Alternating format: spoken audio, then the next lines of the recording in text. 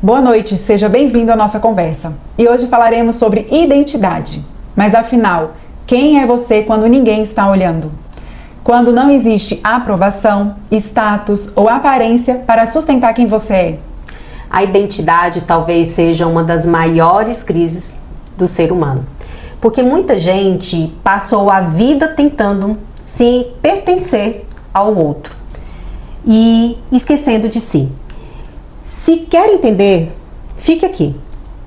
Esse é o canal Escute Sua Essência, um espaço de reflexão sobre o ser humano de forma integral, corpo, alma e espírito. Eu sou Júlia Montenegro, psicóloga e sexóloga. E eu, Larissa Salles, psicoterapeuta gestaltista. Como você entende isso? Então, Júlia, vamos começar pela formação? De como é formada essa identidade. Isso.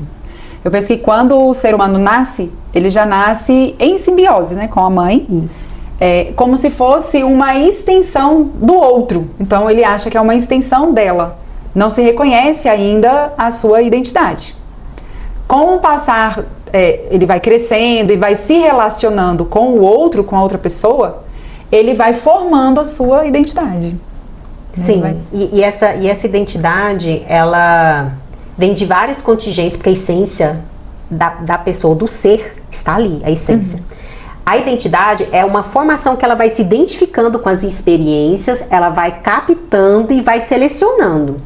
Vai se encontrando com a mãe, somente no contato com a mãe na amamentação é bem forte. Depois que tira a amamentação, ela começa a se descolar um pouco da identidade da mãe, aí passa a ter um pouco da referência do pai, um pouco da referência da avó, do irmão, se tiver. E assim vão criando os outros contatos. E um fator bem interessante da identidade, porque por que a gente fala do nascer da identidade? Porque no nascer é onde a gente vai começar a identificar o gênero. Que hoje está muito conturbada essa questão de gênero, de identidade, tudo, mas a identidade ela é construída ao nascer. Nesses 2 primeiros anos, que Freud fala muito, que são as das fases, oral, a fase anal, que vai até os 2 anos. Então, assim, é uma formação de identidade, do seu conhecimento do seu eu, que é a fase oral e tudo mais, depois da anal, que é do seu corpo, é o controle do seu corpo. O que é interessante é que a criança, até para conhecer o mundo, quando você fala de fase oral, é porque a criança vai colocando tudo na boca para conhecer. Exato. Então fala, tira isso da boca. Não, porque ele quer conhecer, só que ele não sabe ainda como ele faz esse reconhecimento das coisas ao redor dele. Então ele vai colocando tudo na boca para tentar conhecer o mundo. Até mesmo assim mesmo, quando ele olha para o espelho, quando é pequenininho, ele diz neném, neném. Ele não consegue olhar e falar, sou eu. Ele ainda não dá conta de fazer isso. Então ele já consegue olhar para aquela mãe que solta as primeiras palavrinhas, aí mamã, aí vai. Então ele já vê que não é bem uma extensão dela. Então ele já começa a reconhecer que tem uma mãe, que tem o papai e que tem um neném. Apesar de ainda não conseguir dar nome para sou eu, porque é um espelho. Então ele não sabe o que é o espelho, ele já começa a ver o neném. E quando chega ali nessa fase que você estava falando de 2, 3 anos, ali no 3º ano, que Freud fala muito do complexo de Édipo, né? É quando a criança, eu acho que é um pouco mais tarde, Júlia. É mais ou menos nessa fase, mas um pouquinho mais tarde. É quando ela começa a querer ser a mãe para ter o pai.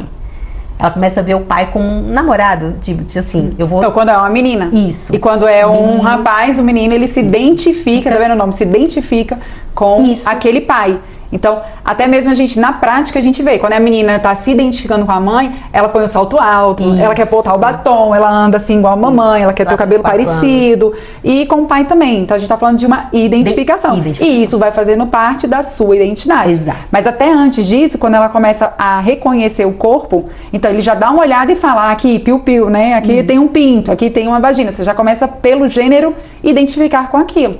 E aí você vê na relação com o outro essa identidade. Então, exatamente. Como sexóloga, Larissa, eu tinha algumas preocupações assim na minha vivência dentro do consultório, porque há essas crises, né? Que as pessoas hoje tanto falam, crise de identidade. Então, uma crise de identidade de gênero. Você não consegue se conectar com a sua essência e passa a focar só nessa experiência, entende? Nessa vivência que está sendo introjetada. Então, quando eu chego ali nessa idade, aí eu me identifico com eu por ser mulher, né? me identifico com a minha mãe. E aí quando eu me identifico com a minha mãe, eu falo, eu também sou isso. Essa mulher que gosta de maquiagem, que gosta de... Aí são as coisas do ser mulher. Mas aí lá na frente, por essa identificação do gênero, eu acabo querendo o mesmo objeto de desejo que ela. Sim. Então eu acho assim, eu não gosto, eu acho meio paranoico a gente ficar o tempo inteiro pensando numa causa quando chega uma homossexualidade, né? A homossexualidade tem que ter uma causa, tem que ter e ficar buscando isso, porque na verdade, na minha opinião, a causa é a mesma. Entende? Então, lá no início. Vamos buscar uma causa para a homossexualidade, é a mesma da hétero. Na nossa relação com o outro, a gente forma a nossa identidade. Exato. A gente se identifica com algum gênero. E tá tudo bem. E é isso. Foi a forma como você recebeu a experiência, foi a forma como você se relacionou com o outro e começou a formar a sua identidade. É isso. Não precisa buscar tantas causas, tantas coisas. Foi a forma como se deu essa identificação. Então a crise vem porque você não está colada na essência de quem você é. Então quais eram as minhas dificuldades no consultório? É atender o público, gente, eu atendia o público LGBT, quando eu falo desse público gays, lésbicas, transexuais, e a dificuldade de lidar com o sofrimento deles é porque ficam presos à identidade. Depois lá na frente vocês vão entender melhor porque a identidade é diferente de essência. Isso. Não é a sua essência. Não. Então a pessoa ficava assim, mas doutora, eu sou o quê? Eu sou homossexual, mas eu sou trans, mas aí eu tenho que me enquadrar. Você não é. Faz parte da sua identidade. É uma característica que faz parte da sua identidade. Assim como eu vou me formar, que foi construída. Então, na relação com o outro, eu me identifiquei de uma certa forma. Certo. Assim como na relação com o outro, com o social, a gente vai falar de profissional, eu me identifiquei com essa profissão, escolhi ser psicóloga, mas não é a minha essência, faz parte da minha identidade. Então eu falava, ok, eu sei que você é trans, mas quem é o João? Vamos falar do João. Aí lá na frente, mas eu namoro com um rapaz, eu sou homossexual. Ok, vamos falar do João? Entende? Ficar focado numa identidade, numa característica que integra, isso não é legal. A gente acaba adoecendo, as pessoas ficam em sofrimento. É porque ela fica presa naquela identidade, tentando achar uma explicação por aquela identidade. E não tem uma explicação, é uma história de vida da pessoa a qual ela teve, os contatos a qual ela teve, alguns abusos que talvez a pessoa passou, também tem isso. Então o que a gente tá falando? Vivências. Experiências, isso. E que não precisa ficar buscando o porquê. Agora, eu acho que é o ponto, talvez, do que você traz aqui, Júlia, é no sentido da pessoa aceitar a identidade que ela escolheu. Não existe genética, o povo fala, já nasceu assim. Não. O gene da homossexualidade. Qual é a genética da hétero? Não, gente, é na relação com o outro que você se... Vamos uma coisa mais simples, assim. Eu passei a vida inteira achando que eu sou burra. Foi uma experiência, algo que eu ouvi. Alguém falou o tempo inteiro, você é burra, você não dá conta, você não é capaz. Você introjetou aquilo, porque não entra a palavra burra dentro de mim, entra um conceito. Então o que é um conceito? Que eu não dou conta, que eu não sou capaz de passar de ano, sabe? Então eu introjetei essa experiência, esse conceito, e eu vou levando como se eu fosse isso. E leva pra eu não sou isso. Sim. Não é a minha essência. Fez parte da minha identidade, como algo ruim. Agora, algo bom, quando a gente fala coisas boas pra pessoa, quando a gente é otimista com a pessoa, você é inteligente, você é linda, você é maravilhosa, então você vai introjetando aquele conceito. Sim. E aí vai fazendo parte da sua identidade. Quem tem muito esse comportamento, que é o outro ponto que a gente vai trazer aqui, que são 4 fases, na verdade, que a gente quer falar sobre identidade. E o segundo é sobre o adolescente.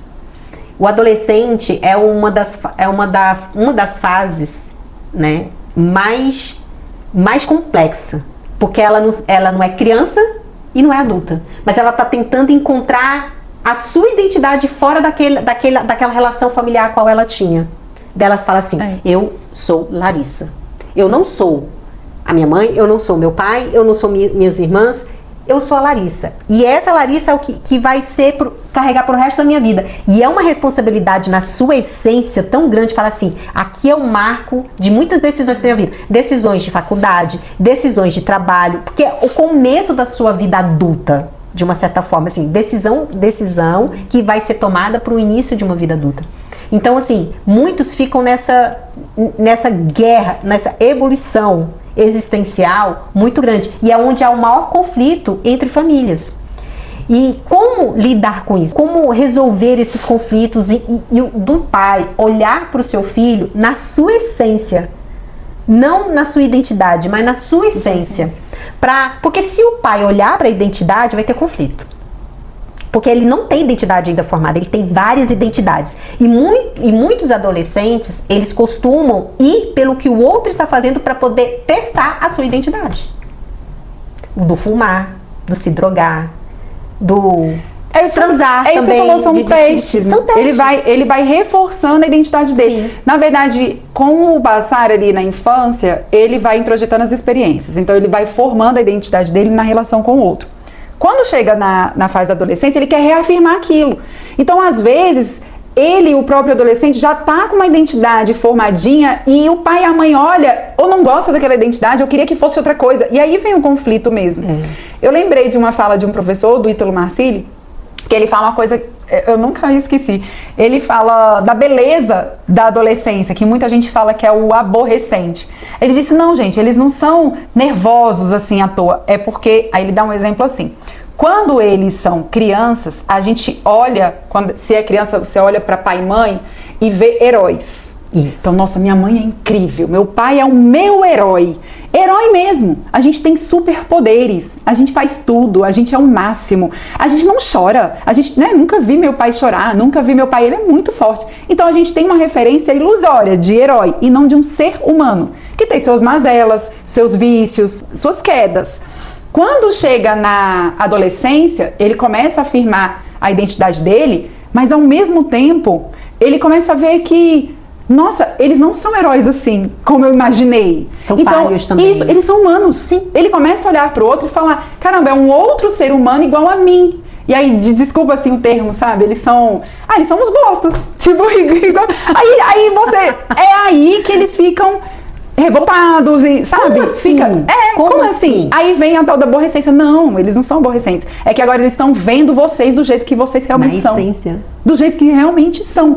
Caramba, a minha mãe realmente é muito chata. Ela reclama de tudo. Meu pai tem razão quando fala que ela só sabe reclamar. Nossa, meu pai é um grosso, é um ogro. Aí ele começa a ver, caramba, ele é um ser humano. Ele não é aquele herói incrível. Então, quando ele começa a reconhecer a identidade dos pais, aí tá vendo, até no reconhecimento da identidade do pai, ele vai firmar o dele. O que é bonito do ser humano. Porque é exemplo. Sim. É exemplo para algo bom. Nossa, eu quero ser atenciosa como a minha mãe. Eu quero ser incrível como o meu pai. Ou eu não quero ser grosso igual meu pai. Eu não quero ser tão reclamando como a minha mãe. Ou é um exemplo. Sim, ou do que ser o ruim do que cada um também proporciona, fala e pega sem perceber. Quando vê, já tá sendo como os pais. Na repetição. Na repetição.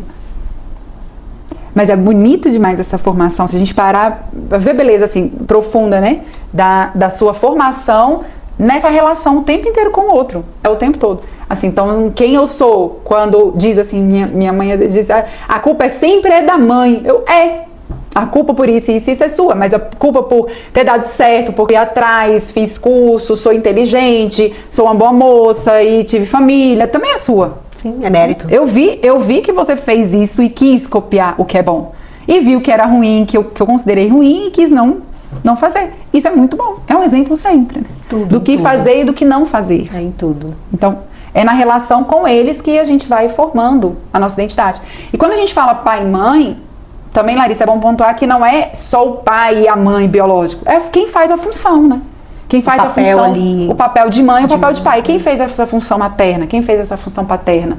Então, às vezes foi criado com vô, com vó, mas é a mesma coisa. É uma referência. É uma referência. Agora, o outro lado o outro tópico que a gente pode trazer sobre identidade na outra fase é a fase adulta. A fase adulta também é onde há muitos conflitos, que chegam muitas crises de identidade e existenciais, de uma certa forma. É quando a pessoa já está numa vida adulta, acha que não fez a escolha certa lá no início, a qual ele ficou naquela ebulição de confusão, de experiências, de acertos e erros, e falou assim, eu não fiz nada. E o que eu tenho que fazer? Qual é o meu propósito de verdade? Aonde eu vou chegar? Quem eu sou?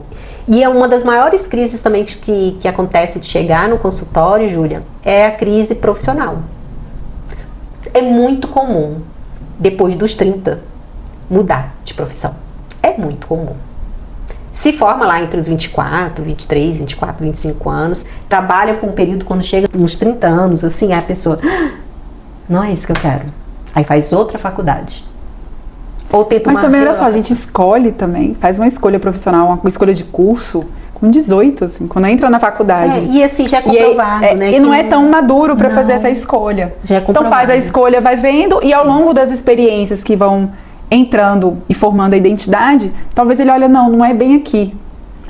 E é onde que começa. Não casa com a minha essência. Isso, mas aí não faz sentido. Mas a pessoa ela entra em conflito porque ela fala assim, poxa, tô nos 30. E ela acha assim, eu perdi uma boa parte que eu poderia estar já lá na frente.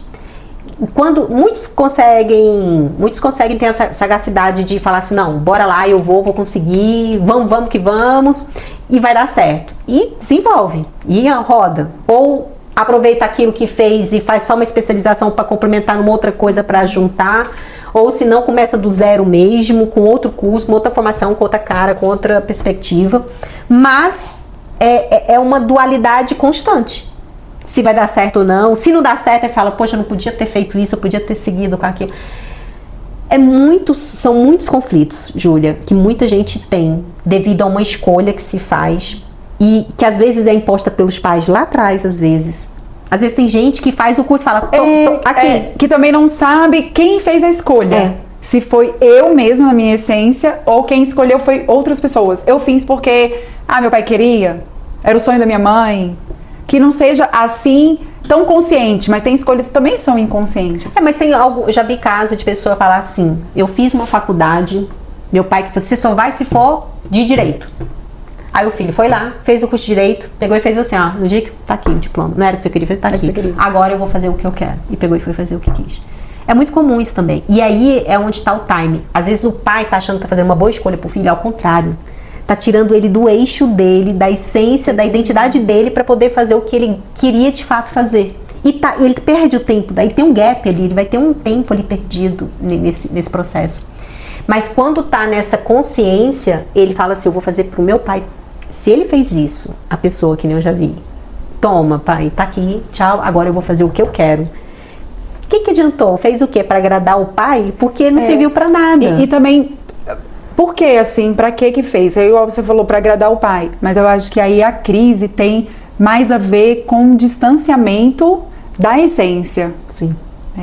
Porque a identidade a gente vai introduzir. Você estava falando, eu estava pensando, num exemplo simples.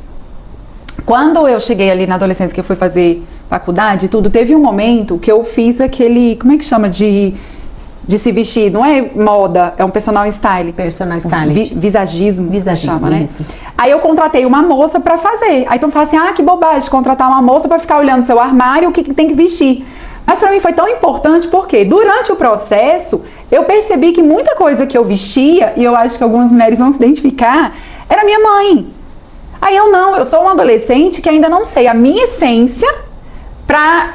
Quem é a Júlia? O que a Júlia gosta? Né? Qual que é a roupa que a Júlia gosta de vestir? O modelo. E aí, nesse processo, eu fui entendendo a minha própria identidade, da minha essência. Então, isso aqui, eu compro esse vestido porque eu acho bonito. Mas a referência era minha mãe. E minha mãe que comprava quando eu era criança. Então, é um processo que parece que é bobo, que tá falando de roupa, mas não é. Porque o vestir da gente, quando a gente se olha no espelho, é mostrar a minha identidade, a forma como eu tô vestida. Eu tô mostrando aos outros a minha identidade, a minha essência.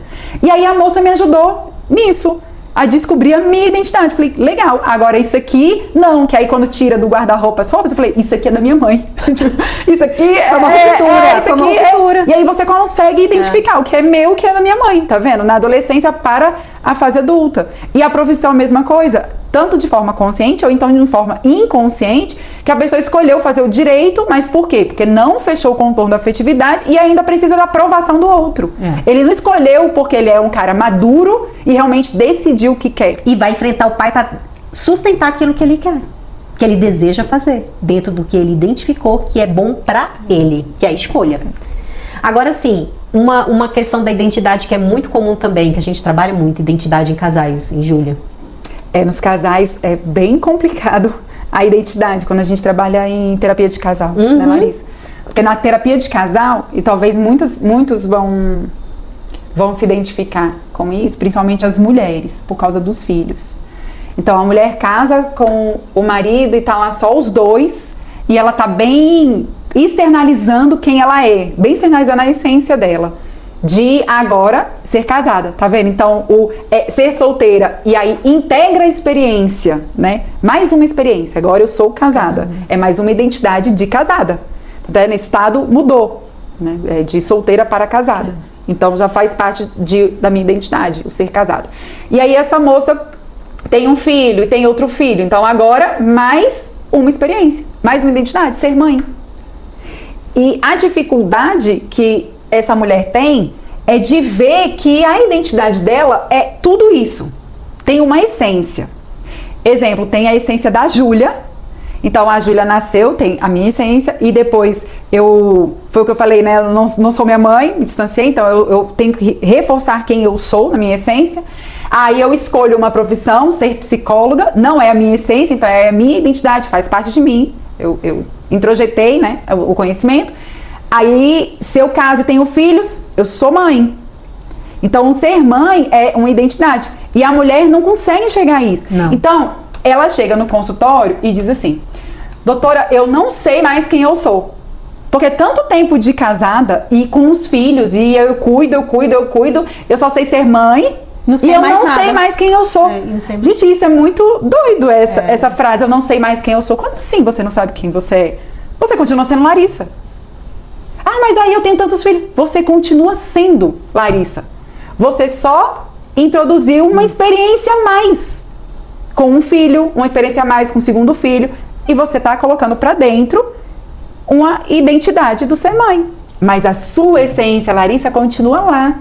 E isso é muito confuso, porque fala assim: ai, a gente não tá bem no casamento, a gente quer voltar ao que era antes. Gente, não volta. Não volta, você não volta a ser solteira. Sim. Você continua casada. Você não volta a não ser mãe. Isso não existe. Você continua sendo mãe. Deixar de ser mãe, não tem como você deixar de ser mãe. Não tem. Não, e mesmo em caso de quem adota, o fato de você ter adotado, vou devolver a criança, não vai deixar o fato de você vai deixar de ser mãe. Agora você é mãe. Você é mãe. Qual o exercício que a gente tem que fazer então? É você enxergar tudo isso que você é. É uma nova identidade. É isso, é uma nova identidade. Então agora eu me formei, sou advogada, é uma nova identidade. Você não sai conversando com as pessoas, se relacionando com as pessoas, tirando a sua advogada. Não, agora eu tô conversando com você, eu vou tirar aqui a advogada. Como a gente fala muito em psicologia, assim, vou deixar em suspenso aqui a advogada e vou falar aqui com você, Júlia, como Larissa. Não é. A gente fala como Larissa, como psicóloga, tudo. como tudo. Como tudo que a gente é. Aí falam assim, tem que ter um tempo de qualidade. A gente deixa as crianças com a avó e vamos sair só nós dois. Pra voltar pro namoro, não vai voltar. Vai ficar vocês dois falando das crianças. Não é mesmo. Por quê? Gente, então é um pai indo pra jantar com uma mãe. Continua o João com a Maria na essência, sendo pai e sendo mãe. Então o que a gente tem que ensinar? Entende isso, se apaixone por essa nova identidade. Essa fase, é a questão que ninguém consegue lidar com as fases, Júlia, que eu vejo. Por quê? É tipo assim, quando o casal quer muito ter filho, aí quando tem filho, não quero viver. Aí quer viver tendo filho, sendo que aquela fase com as... A gente passa muito rápido, até os 12 anos, tem criança com 10 anos, já não quer saber mais dos pais. Então, mas por que não viver e amar essa fase? Sim, porque tem dificuldade, que quer viver como se não houvesse um amanhã. E quer viver o que era antes. Mas não vai aí ser. Fala, doutora, a gente podia como era no namoro. Eu falei, não, gente, é ilusão isso. É pura ilusão. A gente deixa os meninos. Não importa, até não existe mais os meninos. Mesmo assim, não vai resolver. E olha que coisa louca, se a gente for pro extremo. Você perde um filho, não vai também nada resolver, você não volta a ser sem filho. Você é uma mãe que infelizmente teve a perda de um filho, mas continua sendo você. Não importa o que aconteça ao redor, continua sendo você. Então a beleza é que as pessoas têm que encontrar essa beleza de ter uma nova identidade e em casal você conhecer essa nova identidade do outro e amar. Como amar como ele é.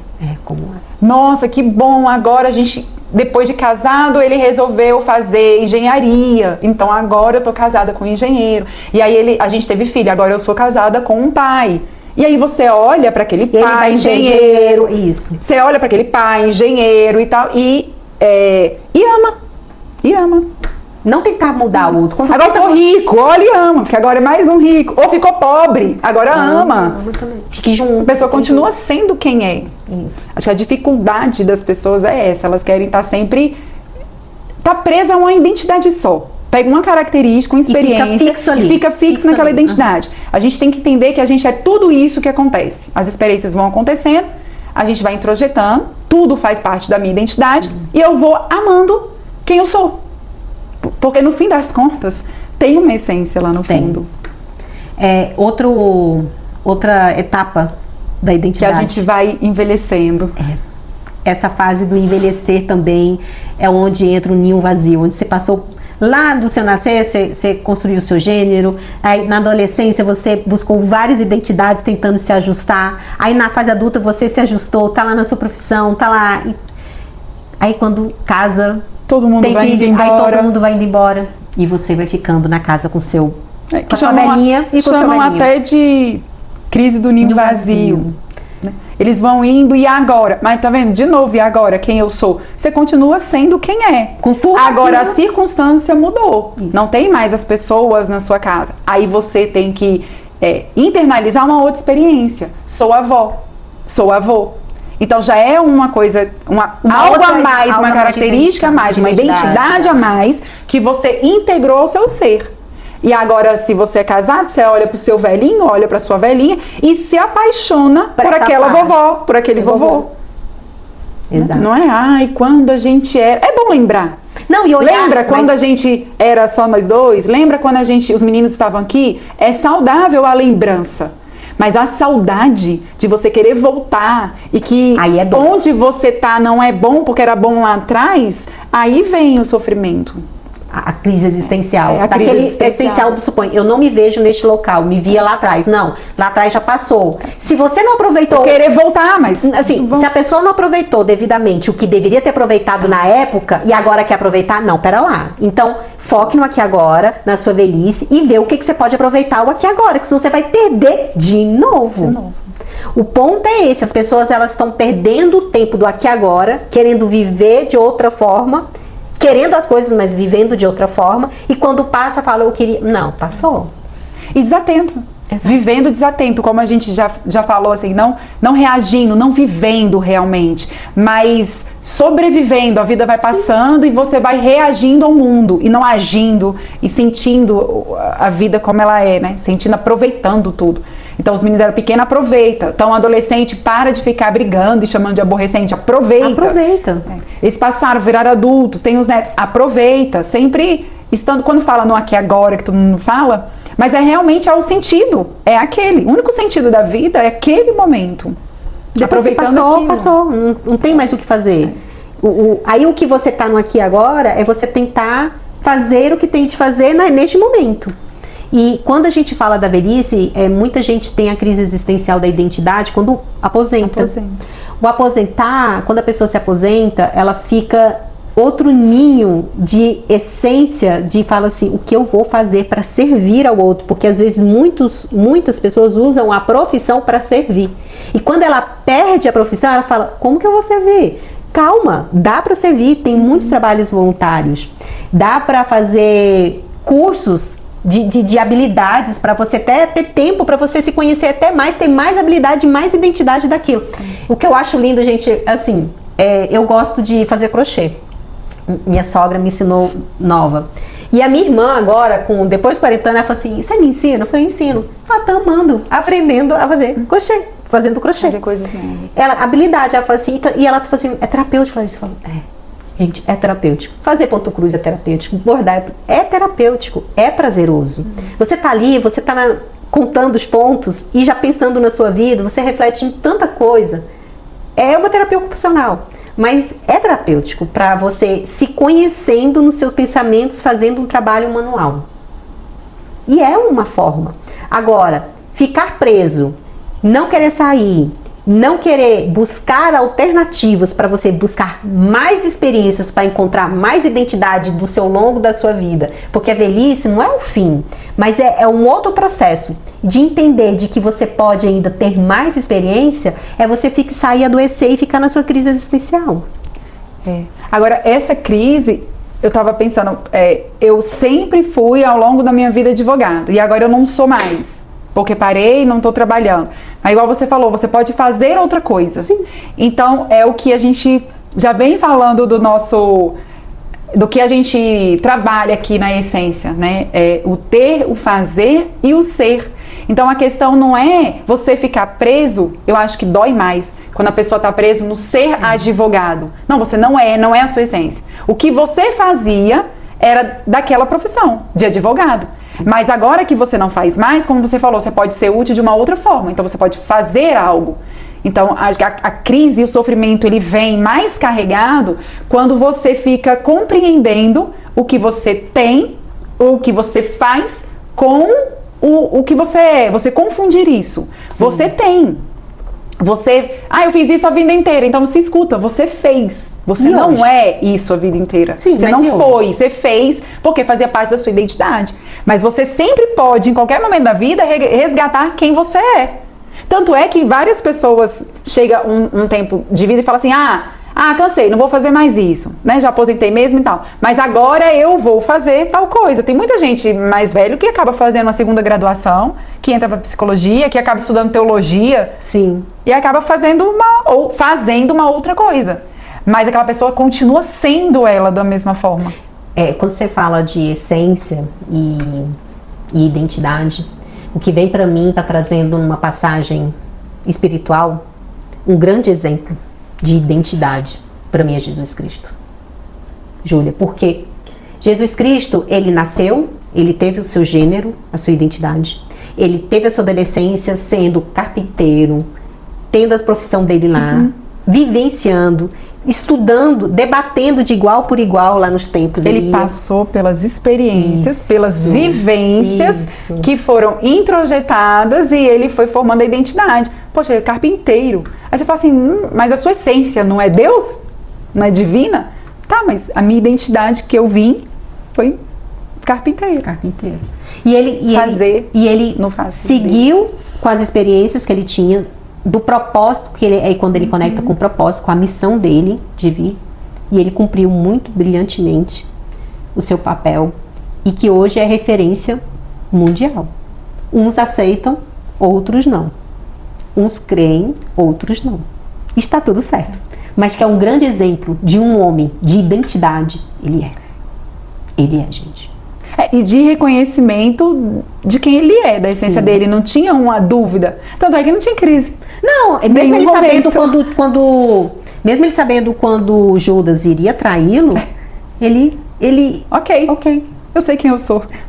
Nada mudou. Ele eu sei pra que eu vim. Então, eu sei pra que eu vim, né? A minha essência, o porquê de estar aqui. E mesmo sabendo também que Pedro iria negá-lo, e ele tá tudo bem.